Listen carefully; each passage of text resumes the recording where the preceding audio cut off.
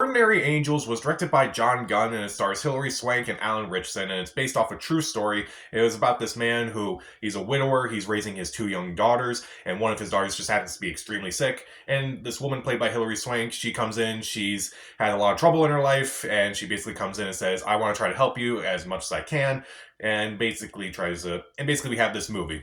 So this was a movie that I was not really looking forward to, if I'm being honest. I don't really like reviewing movies on this channel that usually are leaning towards like something involving religion and such, or kind of like highly politicized in some way. Because I feel like if I talk about it, I feel like I'm taking a side on the issue. I'm like, I just want to talk about a movie as the thing. It's like I want to talk about the movie as a movie rather than something that's a statement. And I do not really like talking about religious movies in general because like I feel like a lot of religious movies, at least in my opinion, are not particularly great. I feel like a lot of them are kind of squeaky clean. They kind of are a little too cartoonish for me. I feel like they kind of like miss the point as like what they're trying to do. But like that's for another video. I kind of just want to talk about this movie as a whole, which I saw last week at a mystery movie. And honestly, the movie itself is not terrible by any means. It's also just not a great movie either. It's somewhere in the middle. Like, I guess I would recommend it to people who were already kind of interested in seeing this, but maybe to people who aren't particularly in that group, maybe it's not a great movie. I don't know. It's kind of a weird movie to review, if I'm being honest. But let's start off with the things I do like. The actors do a pretty good job, particularly Hilary Swank and Alan Ritchson. I do buy their characters a lot. I do buy their relationship throughout this entire movie. It definitely kind of like it does have some cliches here and there, but it definitely does feel believable at times. Alan Ritchson in particular, I had not really seen this guy really do much, but he is really good in this movie. He does have a speech around the end of the first act where he's talking about his faith and like why he lost it.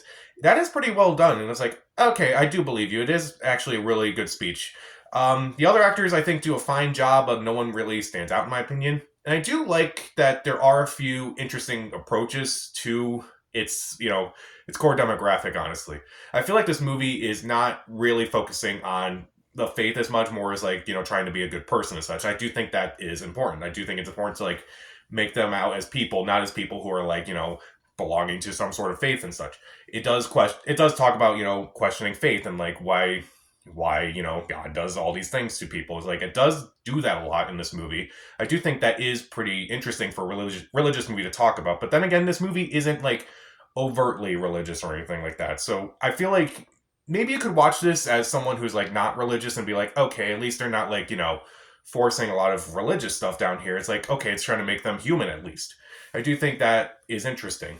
I do like that in this movie. It definitely does feel like it's like not trying to make it as squeaky clean as possible.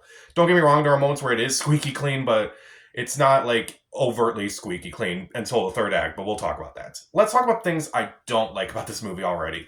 There are a lot of questionable things in this movie. Like, there are some moments where it's like a character announces they're doing something. It's like, okay, how is that even possible? Like, Hilary Swank's character, she does a lot of things in this movie, and sometimes you do see like how she does it, but at times there's like moments where it's like she's mentioning she's doing stuff and it doesn't even mention like she doesn't even mention like how she got that accomplished.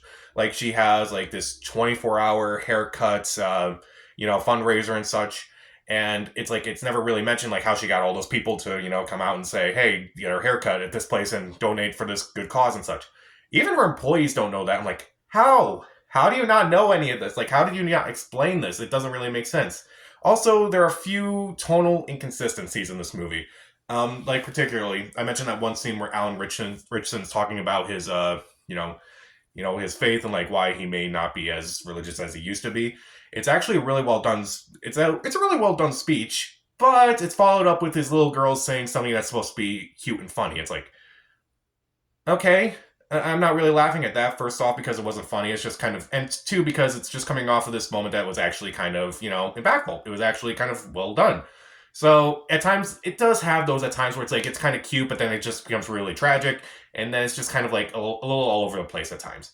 And also the third act. The third act of this movie will make or break this movie for you. Because to me, it kind of broke it.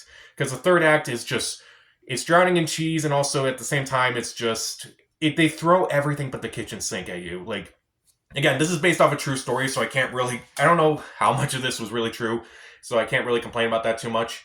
But they throw everything at this movie. Like, they throw in there's like a snowstorm, and then they throw in another snowstorm on top of it. And if you've ever watched pitch meetings, it's like, at first I was thinking, it's like, man, it's going to be really difficult to get out of this situation. And I would say it's super easy, barely an inconvenience. Like, they find like an area where they can land a helicopter in a snowstorm. Like, it's like, oh no, they can't land. Let's put all of our coats out so they can like see where they're landing. And also, I mentioned it was just drowning in cheese and such. Like, there's like a few moments, especially towards the end of the movie, where it's supposed to be like a symbol of something that was talked about earlier. Because if you've ever seen a movie, they usually do that. And there's a moment where it's kind of ridiculous, and I kind of wanted to laugh at it, but like I didn't want to because like there may be people in the theater who are enjoying this movie, so it's just kind of hard to laugh at that. So, and also I was kind of upset about the last scene in the movie because like even though maybe a bit of a spoiler, but the girl does make it at the end, but a character who is very vital to the whole thing does not appear in the end of the movie. I'm like, why is this character not here? Why is she not there? If you spoiler alert, it's Hilary Swank. She's not in the final scene of the movie, and like she should have been in the final scene. I feel like that would have made a lot more sense, honestly. But I digress. It's not a bad movie by any means, but it's just a movie where it's like the bad stuff is kind of questionable.